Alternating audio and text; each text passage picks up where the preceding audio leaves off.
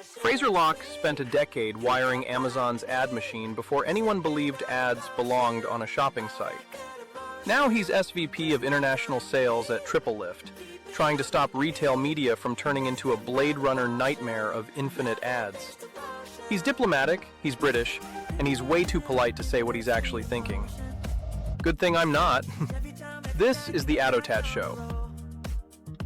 I'm Pesach Latin. This is the ADOTAT Show, where we cut through the buzzwords, the hype decks, and the endless talk of revolutionary solutions to actually talk about who's moving the needle in advertising. Today I'm joined by a man who's navigated more disruption than most industries survive, Frazer Locke, SVP of International Sales at TripleLift. Frazer's got 34 years of scars and stories spanning retail, e-commerce, and ad tech from his decade plus at Amazon, where he basically helped wire the global machine that became Amazon Ads, to now leading a sales team across continents at TripleLift, the creative tech company turning media into experiences. First of all, the most important question of the day, how are you doing?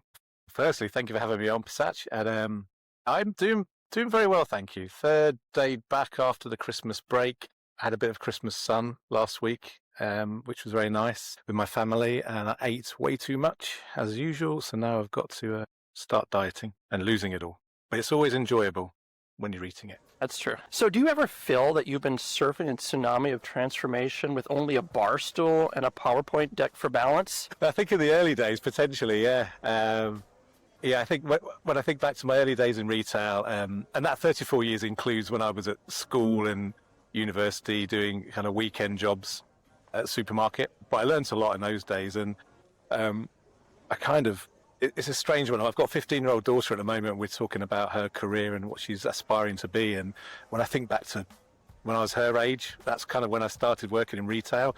I didn't have a clue what I wanted to do apart from being a footballer. My 50-year-old wants a motorbike suddenly.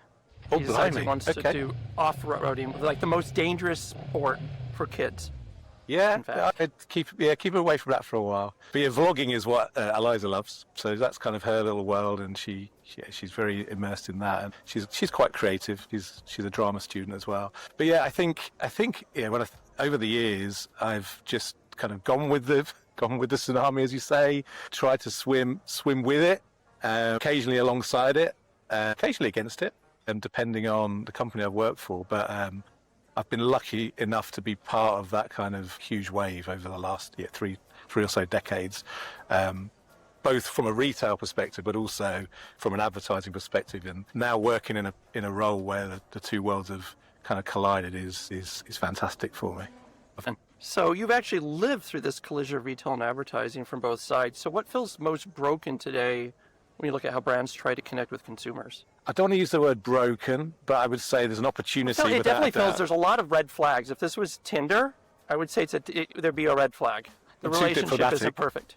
I'm too diplomatic, aren't I? Yeah, I think one of the concerns I've got, and I think there's evidence of this now, really, is that many retailers and publishers, folks who have inventory, want to make money, right? They want to monetize their inventory, and at the moment there's still a lack of guardrails in place from an industry-wide perspective. So that worries me. Yeah, the kind of, call it the Blade Runner effect, where there's just ads, and I think as that kind of interest in retail media and monetization grows, that's going to continue until there's some level of standardization or guardrails put in place. So that's certainly something I think that needs to be solved for, and it's not an easy job.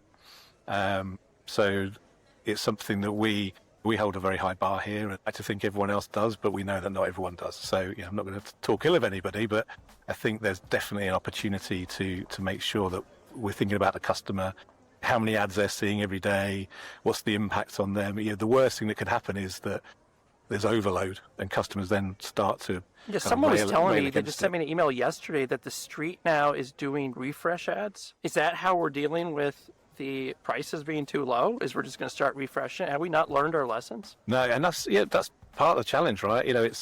We need to think differently about how we monetize the inventory and the bar we hold, right? And I think right.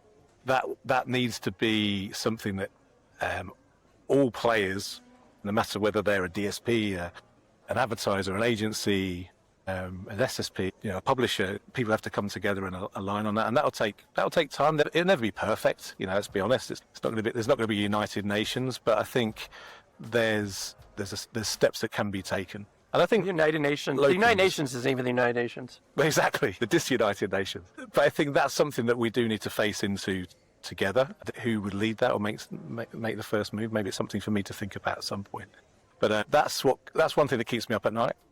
So where does this go? How far does this go as an industry? Because it's such an amazing industry to be in. And as I said, starting off in stores and then moving into e-commerce as a retail kind of player and then into advertising has really given me that eye view of, okay, this is how we can make the best of each of those areas without overly bombarding customers. So I think maintaining the customer focus is critical. Is there a point where you realized that ad tech wasn't about selling ads, but rewriting the playbook for retail itself? Yeah, I think working at Amazon really opened my eyes to that, without a doubt. And I think at Amazon, of course, I'm biased. I worked there a long time, still work closely with the Amazon teams and have a lot of love for the business.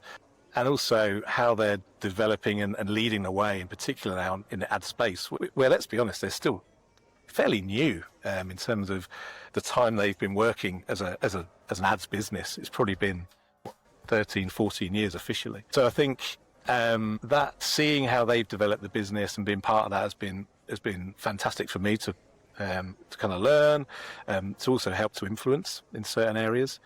But I think and there are other retailers that are beginning to do a great job with that as well. I'm obviously close to the international business and not so close to the US, so apologies, I can't talk too freely about the US business. But we work with Walmart as an example as well at TripleLift, and they're doing a ton there. There's a lot of ex-Amazon folks there as well, the likes of Seth Dallaire, Ryan Maywood, etc. So I think the last 5 years, we've seen a real convergence, I would say, between the retail and advertising arms of businesses.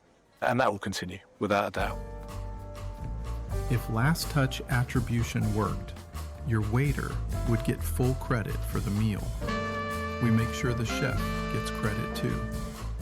Incremental. What is the difference in retail media internationally that's different with the US? I would say there's still some gaps actually in terms of partners that can bring disparate networks together. I assume Walmart's not as dominant. So Walmart. I used to work at Asda, who were part of the Walmart group. So that was Walmart's foray. They're not massively involved in the territories I work in now. So you're right. There's definitely more of a fragmentation across the retailers. I think about the UK, you've got the supermarkets, they're huge, they've got great scale, you've got the likes of Amazon, you've got eBay, etc.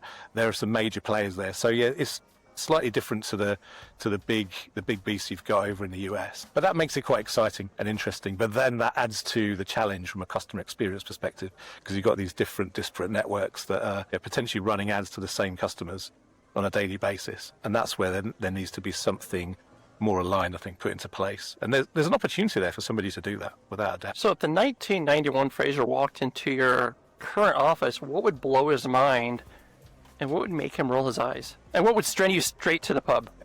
Well, actually, the 1991 Frazer was actually very clean cut. Just wanted to be a footballer, and so didn't drink. Footballers never drink. No. Well, until they realise they're not going to make it. I think that's when maybe 1996, 97 Frazer came on the scene. But I would say definitely the eye roll based on probably my dress sense and my love of still the 80s. And I think maybe a little bit of wonder around the fact that, I'm in a role that I was, I started off related to in 1991, working at Sainsbury's in the supermarket, unloading lorries. I had a real passion for retail. In fact, I studied a course when I was from the age of 14 in the UK, which was one of my GCSEs called Retail Marketing and Distribution. And to think that I've ended up pretty much running through those threes throughout my career has been a real shock. So I think there'll be a bit of wonderment there, without a doubt. But yeah, I think the dress sense hasn't changed, which will worry 16-year-old So Frazer. if we look a decade ahead, what will separate the companies that truly integrate media and commerce from those that just bolt one on top of the other? Well, that's a really good question. And I think I've kind of touched on it a little bit in terms of how I've seen Amazon develop and some of the supermarkets here. I think the important thing is ensuring that it's not, to your point, it's not a bolt-on. I think most have started that way, but over time they've adapted and they've they've utilized tech, they've built their own tech. When I think back to the early days of Amazon, I joined in 2013 on the retail side of the business, and the ads business was still very, very new. And even when Amazon was growing as a retail business, it was primarily built on a books website. So there were certain products that just didn't line up well with the infrastructure on the site merchandising, and that took time to reconfigure. So I think those businesses that adapt quickly to the changing behaviors for customers and making sure that they're following the way customers are shopping, the way customers are engaging. This is why we're seeing CTV growing at a rate of knots. There's more and more folks cutting the cord, and watching TV across numerous channels and content providers. There's numerous devices, obviously, across mobile, web, and CTV. Bringing all that together and then making sure they have that one view of the customer is super, super important. And I don't think everyone does it brilliantly at the moment, without a doubt. So that will start to define, I believe, the success of retail media networks over the next decade. So let's talk a little bit about creative tech, where art meets algorithm. It's two words that sound like a marriage between Da Vinci and data. You've championed its role in retail media, but here's the deal. The industry loves to throw around these slogans like personalized storytelling at scale. And that feels to me a lot like code for we automated mediocrity. What really separates innovative creative technology from glorified templates? Oof. Oh, that's a harsh statement. I think it's harsh, but actually fair in some ways. I think there's two ways to think about this. And actually retail media is a good example. And I know there's concerns around AI and the usage of AI and is that going to mean to creativity? The two things to think about. One is, okay, how can you scale the right level of creative, the right creative to the right customers at the right time, right? The old-fashioned marketing. And I think AI and creative tech, from a hygiene perspective, will do that. However, you're still going to need an element of creativity, whether that's on the manual side, from a human perspective, across different formats and different sites. So when I think back to the way TripleLift developed as a business, TripleLift started as a native focused programmatic SSP and then has built out different formats over the years. And that native technology has enabled us it's put us in a really good place really to develop our creative footprint across other formats, from display into OLV and CTV, and really borne out the fact that the native ads were served in the same environment, but they were also inobtrusive, if you like, to the customers, and they were targeted to the right customers at the right time, from their perspective, whenever they were browsing that content. And then importantly, leveraging the creative technology from a hygiene perspective, using our computer vision and our adaptive templating, making the creative as perfect as possible. So that, for me, I think that isn't so much about the mediocrity. That's just the hygiene factor. That's making sure that what you're serving is a nice advert and it's relevant to the customer. When Da Vinci gets involved is when you start to see smarter things happening, such like dynamic creative optimization, again linked to the customer that is browsing that site at that particular time. I still think that's an art form, even though it's arguably. Are you guys still an SSP? Isn't calling TripleLift an SSP like calling a Swiss Army knife a butter knife? We're essentially SSP. We're the creative SSP. That's the right. The moniker that we have. But you're more than an SSP. You are the creative pipes at this. Eric Troutman, the czar of the TCPA, isn't just the guy you call when your phone rings too much. He's the guy you must call. Need to navigate the legal minefield of robocalls, texts, and telemarketing nightmares? Troutman doesn't just give you advice. He hands you a roadmap, a compass, and a do not press this button sign. Practical? Yes. Actionable? Absolutely. And if you're not calling him first, let's be honest, you're probably making a mistake. Yeah, we are, and we're building creativity and the technology behind that to make sure that we're able to serve the right formats, the right ads to the customers that we're working with. We work with agencies, we work with advertisers. We're essentially making sure that we work with the DSPs that run the activities, but also work with the advertisers themselves, the brands themselves, on the creativity side of things. Some of that is simple, and it's the hygiene stuff I talked about, particularly on open web. But then, of course, we also have our direct demand PMP, private marketplace deals, which are more curated. So that's where our curation arm, if you like, comes into play, and that's again developed based on the audiences or the sites that the advertisers want to run on. So do you think the barrier to innovation is the barrier to creative innovation cultural, technological, and do the machines or humans need the upgrading? I think it's a bit of both. Right. I think there's obviously people need to power machines until Skynet land. Hopefully they won't ever. But I think there's always going to be an element where you need people to power machines, and I think also improve the technology. AI is obviously getting smarter and smarter, and there's an element where it will learn, it will improve itself. But when it comes to the tools themselves, you do really need the human touch, and that requires folks to upskill.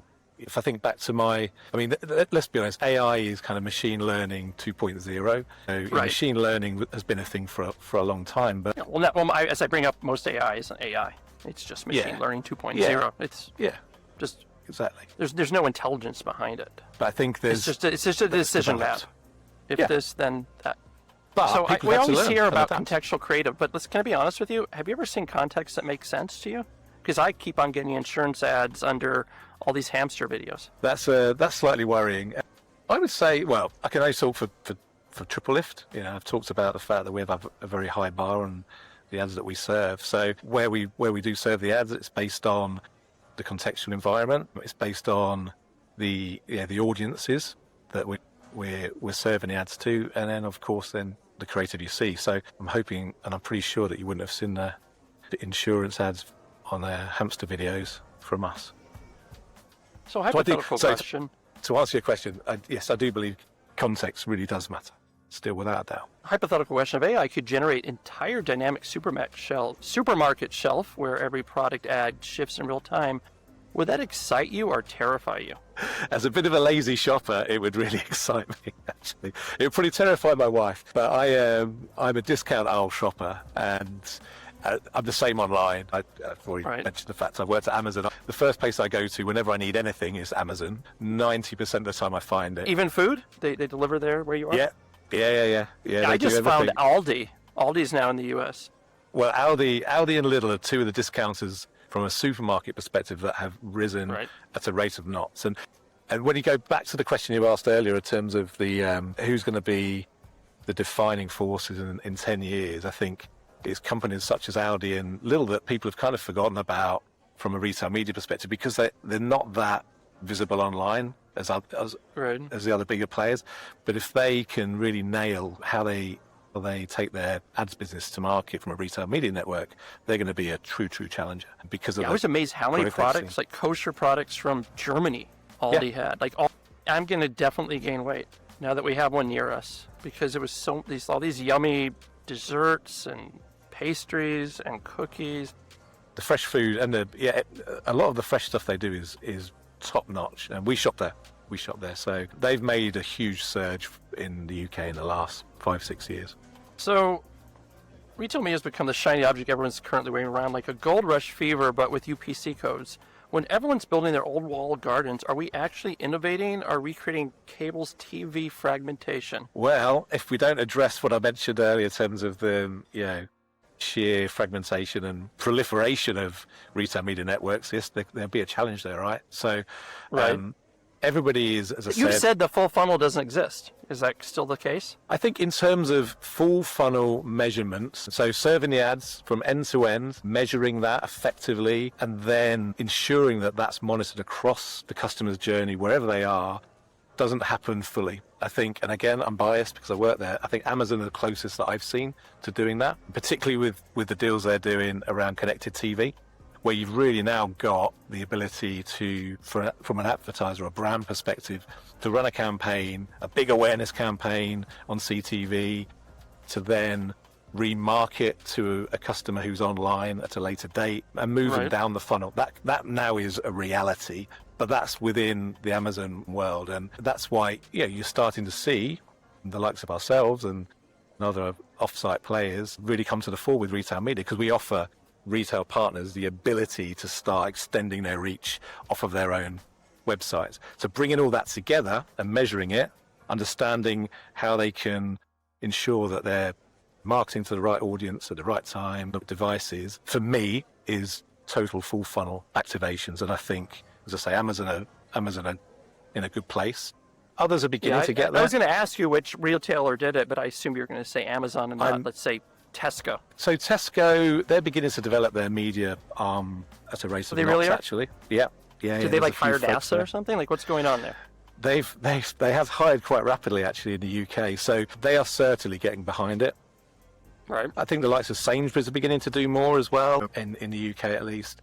And then we're seeing some of the smaller growth players like Ocado. People are beginning to really take advertising and ad tech seriously, and a lot of them are following the Amazon blueprint, starting as a retailer and then building out the advertising business. Am I wrong to say that in Europe there's more brand loyalty for supermarkets and retailers than there is here? I don't know the US data, but certainly in the UK, and also, I'd say the regions that we're in across Southern Europe and DAC, there's definitely more affinity to brand loyalty with supermarkets. I think some of that is linked to location, but also the quality. Right. But we're now seeing, because budgets are tight. And I think there's also national pride. There's some, even as much as people say that they're European, some people, of course, they're still German, and they're still French, and they're still Irish. There's an element of that. Right. There's also, but back to your point on Aldi, and this is why we're seeing the real emergence of the likes of Aldi and Lidl, who are referred to as discount supermarkets, because budgets are tighter. I didn't know it was a discount. I just thought it was just cool, like a big warehouse. They are. If you didn't know that there were other options available, so say if you just kind of arrived and that was the first supermarket you saw, you would think, wow, the quality is super high here, and the price is really reasonable. But then when you start to compare versus some of the more established supermarkets, they're really having to price match Aldi and Lidl at the moment, and we're seeing that a lot. Do you think that retail media is the future of brand building, or is this going to eventually turn into another click per impression casino? I think it certainly is. It's going to be a huge player within brand building. To the point I just made with Amazon and what they're doing with connected TV and bringing to the fore awareness that then links to the consideration and the conversion plays, which we know are not linear steps. Retail media will be a fundamental part of that. Will it continue to be called retail media? I'm not sure. I think it's a moniker at the moment. Media. We'll figure a term for it. Yeah. Or maybe we'll just call it media. Well, that's the thing. I think it will eventually It's all become media. Exactly.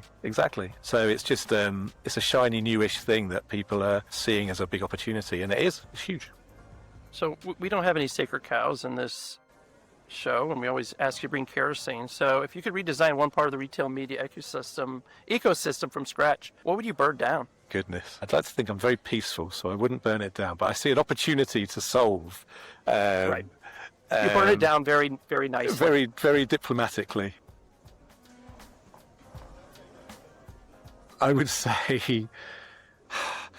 I think that I don't want to be the person who keeps harping on about this, but I do worry about this Blade Runner effect, right? Just the sheer volume of ads. So, how do we almost start again with the standardization and the I've stopped the guardrails? Using most the open web. I still use it, but I don't get recipes anymore from it because it is impossible to read a recipe site on my phone.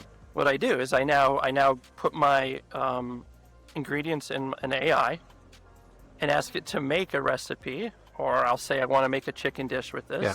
Can you think of some ideas? Because I then get the ads, but I don't get them all over the place. I get the ads to buy the products. Yeah. That's a huge difference. There you go.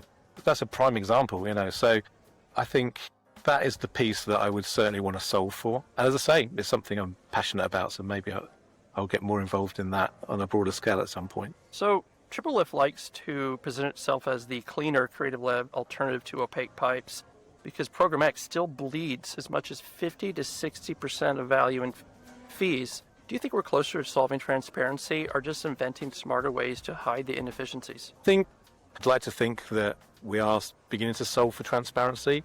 Certainly the way we work, the high bar we have on quality inventory, premium inventory is crucial. Can't talk for everybody else. And yes, of course, there's still going to be, back to the point I made earlier in terms of the way people want to monetize inventory. I think the danger is you're going to start to see more monetization or more kind of add-ons to the waterfall related to different tool providers being brought into campaigns.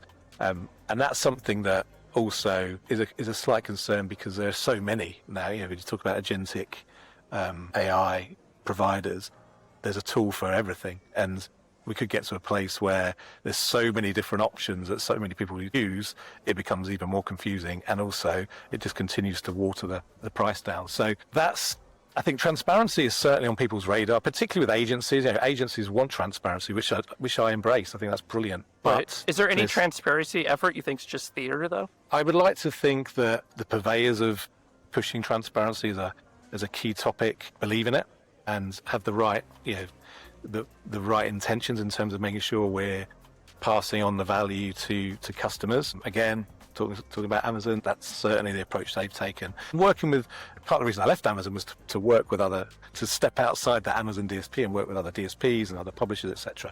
And certainly the folks we work with are true to their word. So there's certainly people who do it, but of course there's certainly people that may not and may not be true. Do you honestly think that most DSPs will exist in 10 years? I mean, you already have like Walmart Connect nibbling at the edges like Pac-Man. Yeah, I think you'll start to see potential acquisitions, right? Convergence. I still think there could you might be have ad networks again. Well, we may see that, but I think also I've been quite surprised that not all agencies have, particularly the HOCOs, have really gone big on DSPs, and that's something that I think we may start to see when you look at good example, Publicis with Epsilon, what they're doing there. Will we start to see more and more agencies taking on ownership of DSPs? That's potential. But yeah, I do think there'll be a convergence of certain DSPs potentially over the next few years. So if you could make publishers and advertisers swap roles for a day, who would snap first? I think some advertisers would probably find having to work on the other side of the fence a challenge. Just in terms of the sheer volume of partners they have to work with. I think that would probably be something to think about if you were moving from that side to the other. So I think those. Go ahead. I think those folks who know, from an advertiser perspective, those folks who've brought their advertising operations in-house and understand the flow would probably pick it up a bit quicker. But yeah, those who haven't might find it a challenge. So you led sales teams across continents, industries, and time zones. That's like managing a rock band while simultaneously repairing the tour bus. What kind of leadership score do you want your bandmates to give you when the encore ends? Wow, that's a big question. I think I'd like to think that I've always tried to make sure I understand the business and the cultures, the locales across the different countries and territories I've worked in. I think there's always room for improvement. So I think there's myself actually included. So I'd like to think that they'd give me the rating that would show that, I made a difference and supported, but there's always a bit more to learn and a bit more to grow with. Right. If you're on LinkedIn, you're going to think that leadership is about emojis and morning affirmations. But what do you see it? Is it more of an art of inspiration or a science of systems? In terms of leadership, I think it's an art form. You have to want to be a leader, and it's not just about doing what you want to do. You've got to take a step back.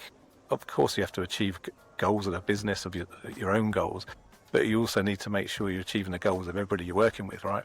And it's about what I liken it to is playing in a sports team. You play your role, whether you're the attacker, the defender, whatever, but you can play a role in leading that team as well, like a skipper, like a captain, but making sure that everyone's playing their part. If your teammates could say, what role do you play? Are you the punter? What are you? I would say I'm the libero. That's the position I used to play. So the sweeper, the guy at the back, just keeping things on track and then playing the passes that matter when they need to be played. So are we over-romanticizing culture as a leadership concept? Certainly not. And that's something we need to maintain with the development of AI, because it could be It could just become talk about swallowing the whatever textbook or revision book when you've just come out of university and become a leader. I think you have to make sure that you're also a person. Humility plays a huge part in leadership.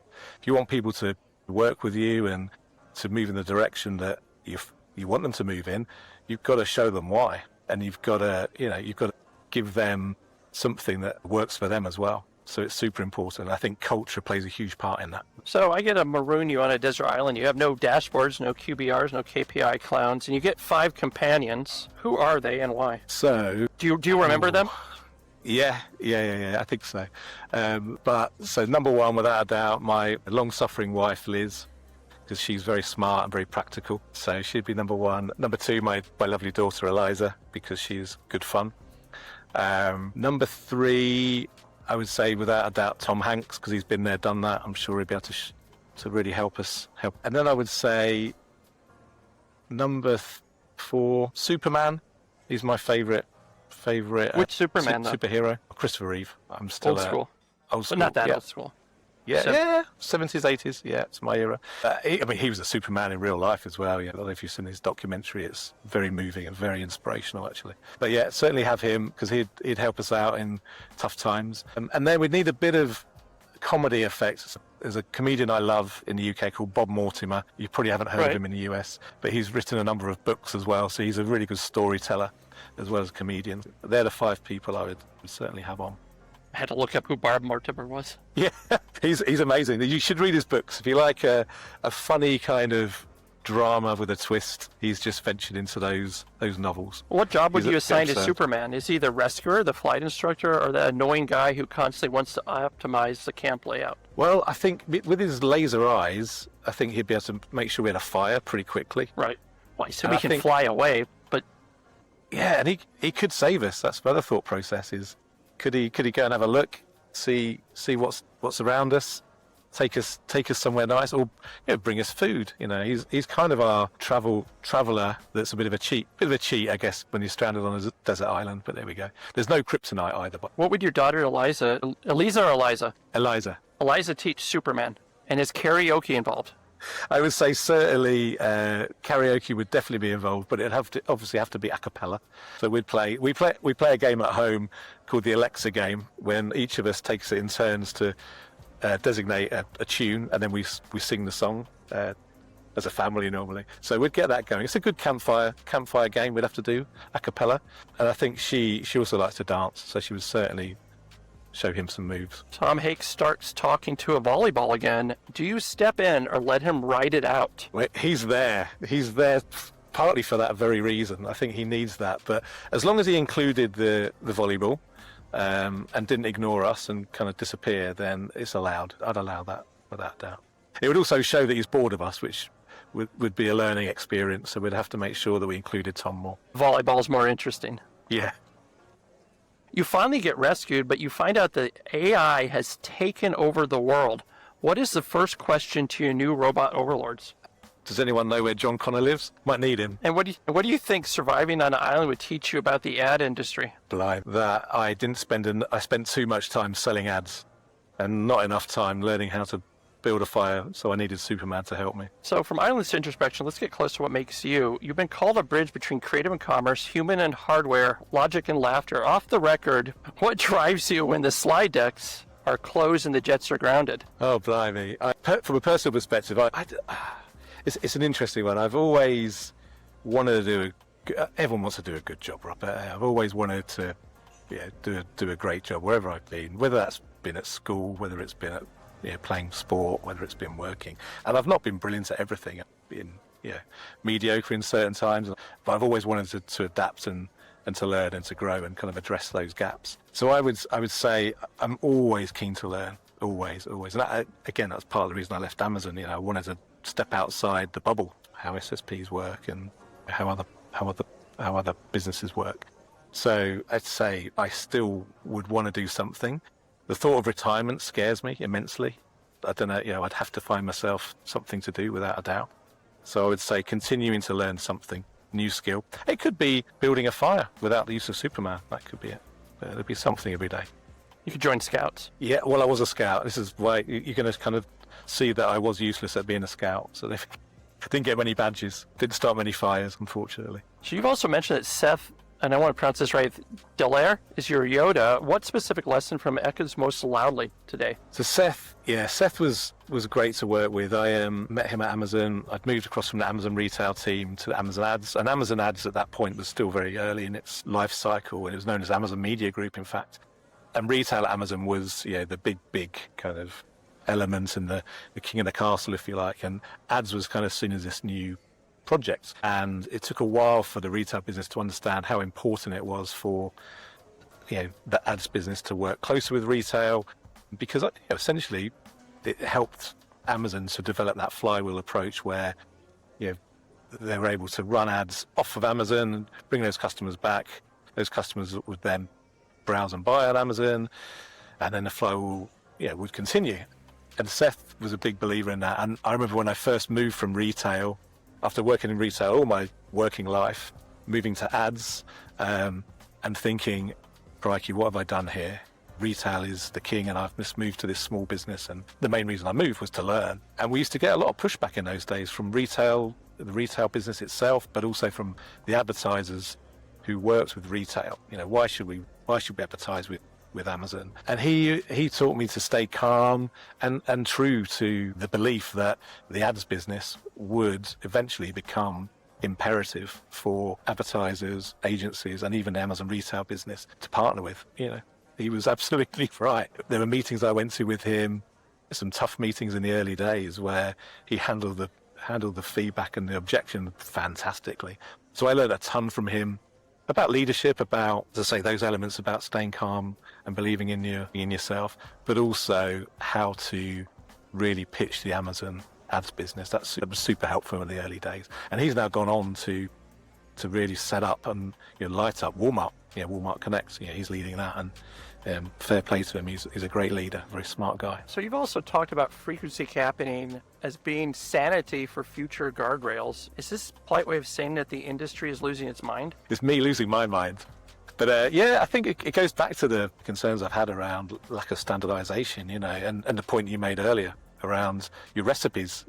We've got to ensure that when a customer is viewing, user is online, they're not just seeing ads all the time. So that's super important. That's the piece that for me is we've got to get a grip of. I think agencies and advertisers are really good at pushing that in briefs and in campaigns, but does everybody follow that? I'm not so sure. So I think that's the piece that we have to keep on top of without a doubt, or else we will go mad. You've also said you want to help people understand creative tech's importance, but if you weren't in advertising, what would you be doing instead? Oh, well, I guess footballer. Footballer, but didn't make it as a footballer. I would say probably I had a moment in time when I was teaching English as a foreign language, and I really enjoyed that, and teaching and just having fun with classes. So, and I guess that's probably why I've enjoyed over the years coaching and leading teams. There's an element of that. So I'd say teaching. It's another way I can use my jazz hands when I'm not selling. Last question. When the algorithms fade and the lights go down, what do you hope most people remember about your contribution to this world of words, wires, and wonder? Wow, that's deep. I would say that I was a good guy and made a difference. I think that would be it, simply. And now we're going to force you to use your jazz hands. That's Frazer Locke, a man who survived a decade inside the Amazon Death Star, voluntarily left for an SSP, and still somehow sleeps at night knowing the entire retail media industry is one refresh ad away from a consumer revolt. Frazer, you're a gentleman, a diplomat, and probably the only person in ad tech who could describe a dumpster fire as an opportunity without a doubt. Never change. Big thanks to our sponsors. Troutman Amin LLP, the lawyers who actually understand ad tech, which honestly makes them scarier than any AI overlord. And Incremental, who measure what actually works, so you can stop pretending your last campaign was a success at the QBR. I'm Pesach Latin. This has been the ADOTAT Show. Be bold, be curious, and know more than you did yesterday. See you next time.